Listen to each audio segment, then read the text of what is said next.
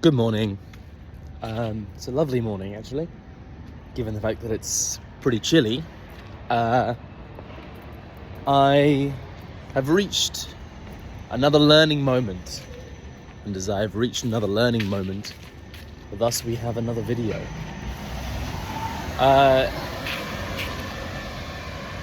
Do I need to give context? Do I need to give context?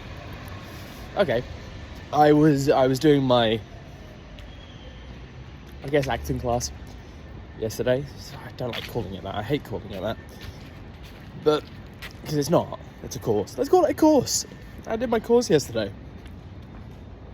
And we did a scene.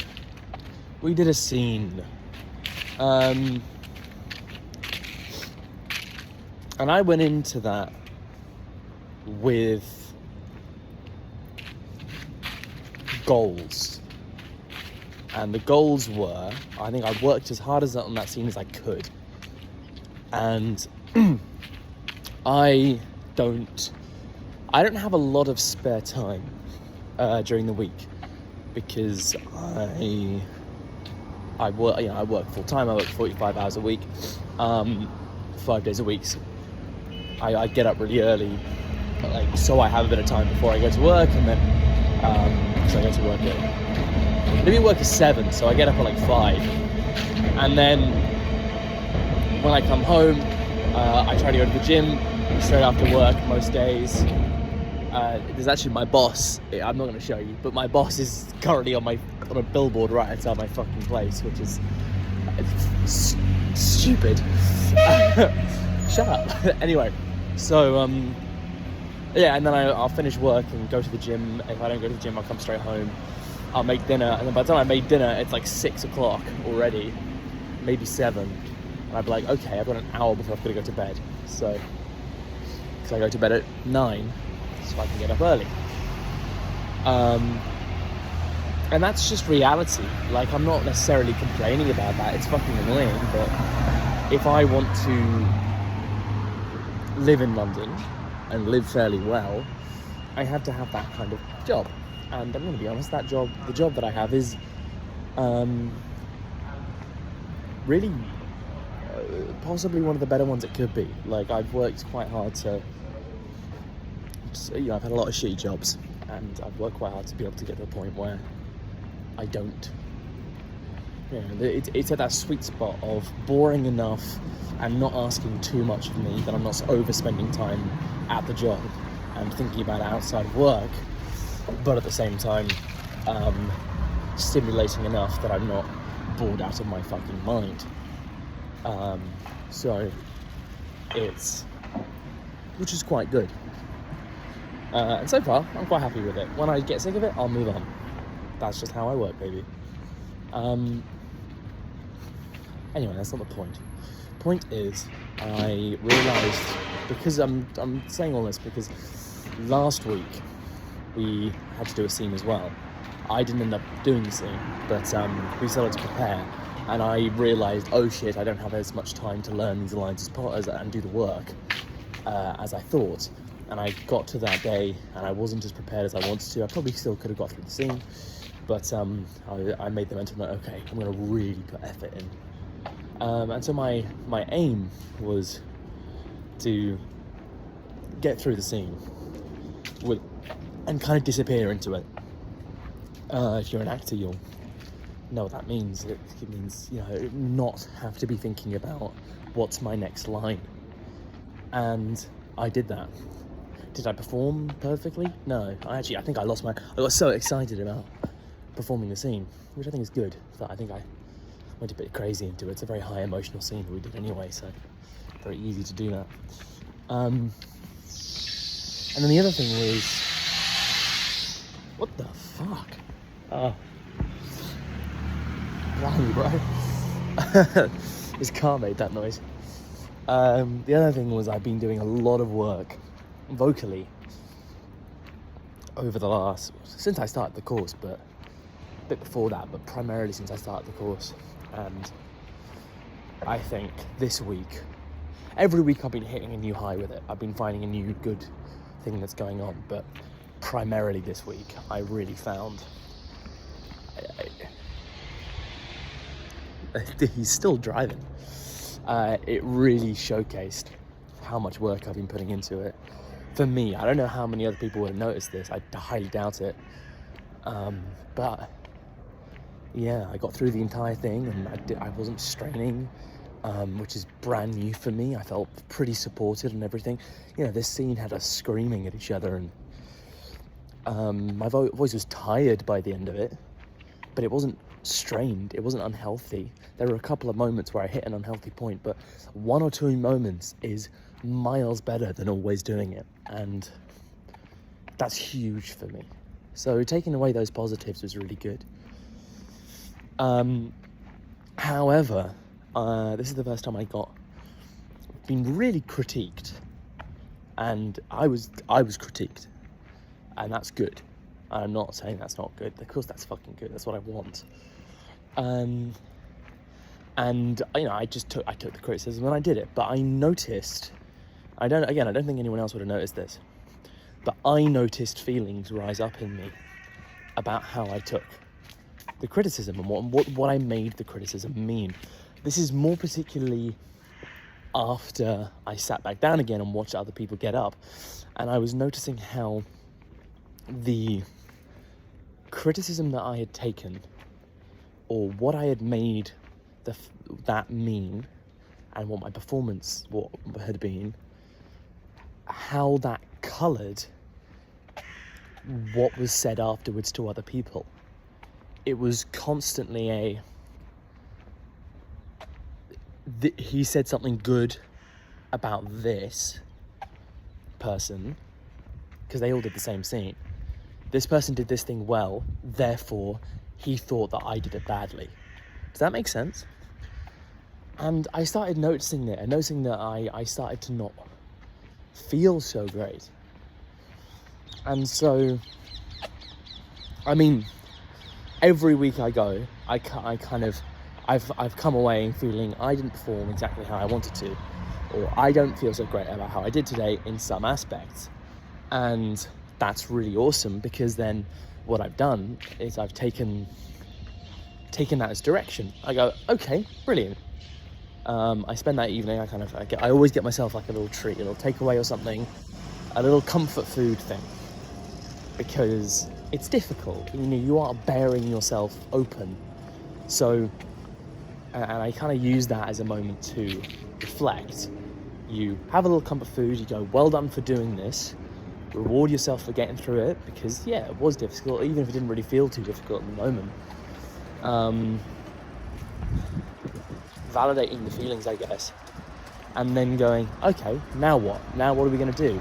Neutralize the feeling, I guess, and then so you end up at a moment of, okay, what's next? And then you use the criticism or your criticism, because that's just as valuable, if not more so, noticing what you didn't find satisfactory about your performance, and use that to make progress over the next week. And then, yeah, anyway, but my point is, I think this is the first time that the wanky phrase of, when you go to drama school, you learn more about yourself than you learn about other people, or than you learn about acting. I mean, it's so wanky, but it's the first time I kind of got that. I want to put it in a different way, where I got in the way of the character, I guess. I didn't even do that. I got in the way of myself. Let's put it that way. I got in the way of my learning. And I am now, anyway, I didn't used to be. I'm now, well, I guess never mind. I've learned to be quite a conscientious person, a type A type person.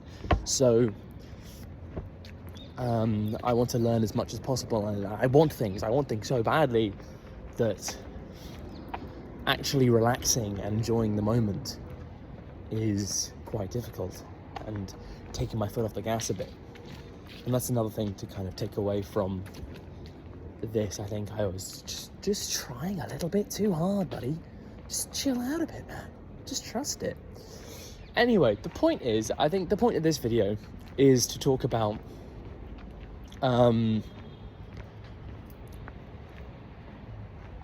noticing, being at a point where you can notice emotions when someone says something that is not hurtful, noticing how you flare up, and then going back and going, why did I react like this? Why did this hit me like this?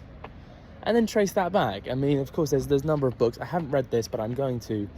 Was it Gabor Mate's The Myth of Normal?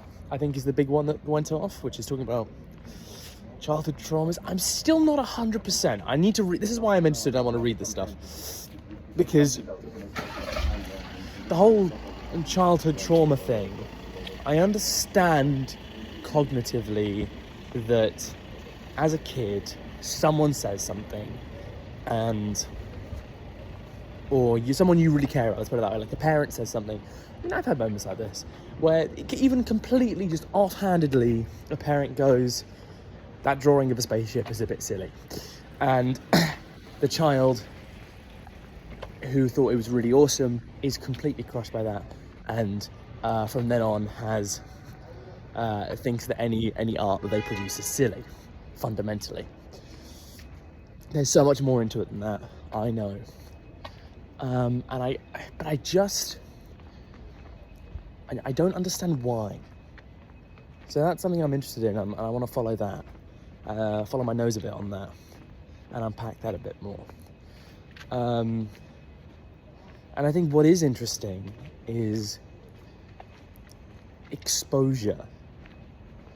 The more you expose yourself to the outside world, the more you expose these little moments within yourself that you have to kind of go back and attend to and fix, I guess. And what does that mean? For me, that means that I've spent the majority of the last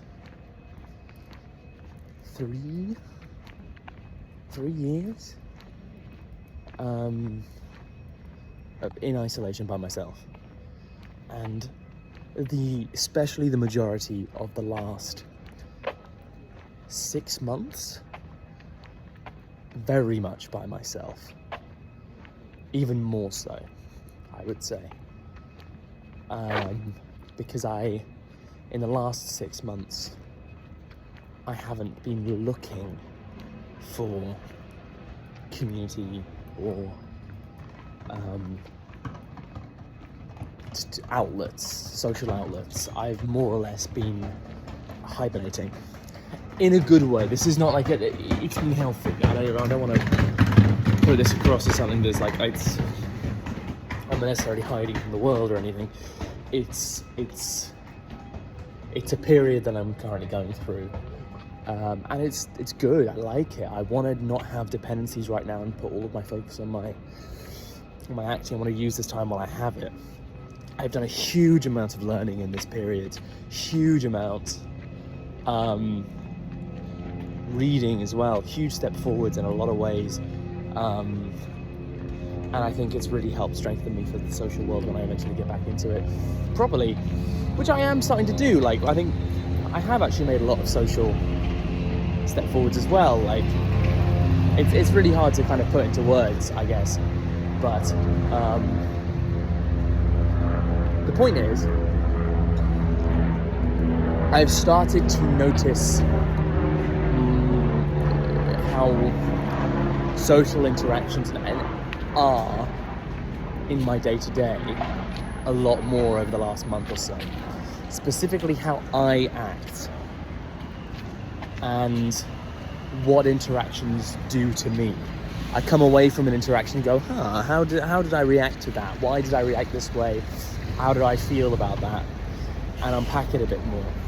And that's because it's so easy when you're in self-isolation and monk mode or whatever the fuck it is, and squirreling yourself away and going, this is the rest of my life, I'm doing this.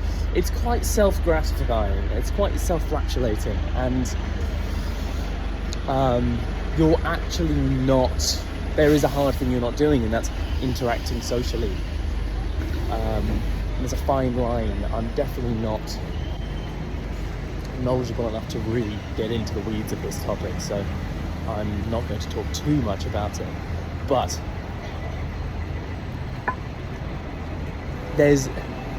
you are protecting yourself there. You're protecting yourself from hurt. You're protecting yourself from learning and from kind of diving deeper. And I did find a point going, I don't really think I've got much of that childhood trauma stuff. I don't really think I've got much of that. I think I've got to the bottom of that. We all know that's not true. With any of us, it feels like it's probably. But my point was I genuinely couldn't see it. I was like, oh, well, I don't know where there is any. Maybe I'll uncover some more later. Maybe that's just I'm not there yet.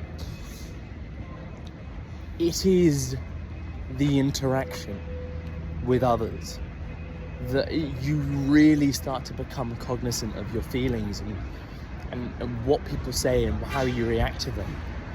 That's where the work is. That's where you start to notice, oh, I react like this because this. And I don't like the word childhood trauma because it's so big and so it doesn't necessarily have to be a negative thing either. It's just on a complete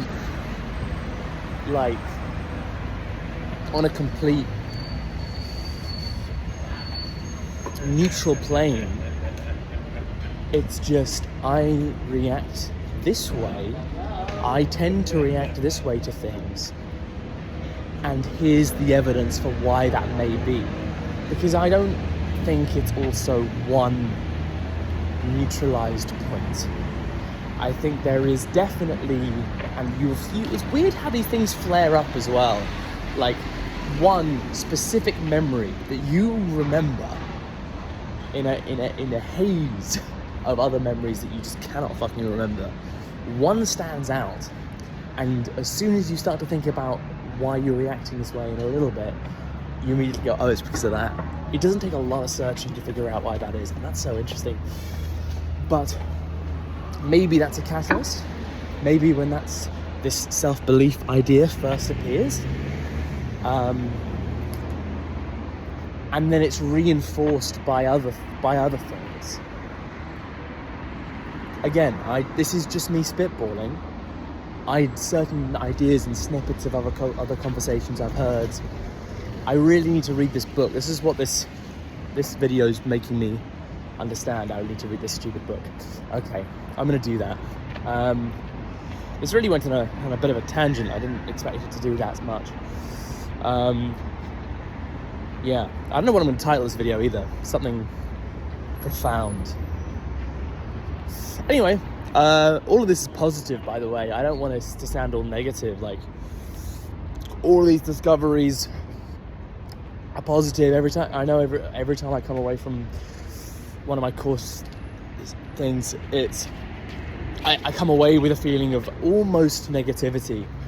But it's always, it is not, it's positive. Like, everything in there is a positive. But it's like someone will go, how did it go? And I'll be like, I won't be like, it was great, because I don't feel great. But that's good. That's not a bad thing. Anyway, enough of that. All right, bye.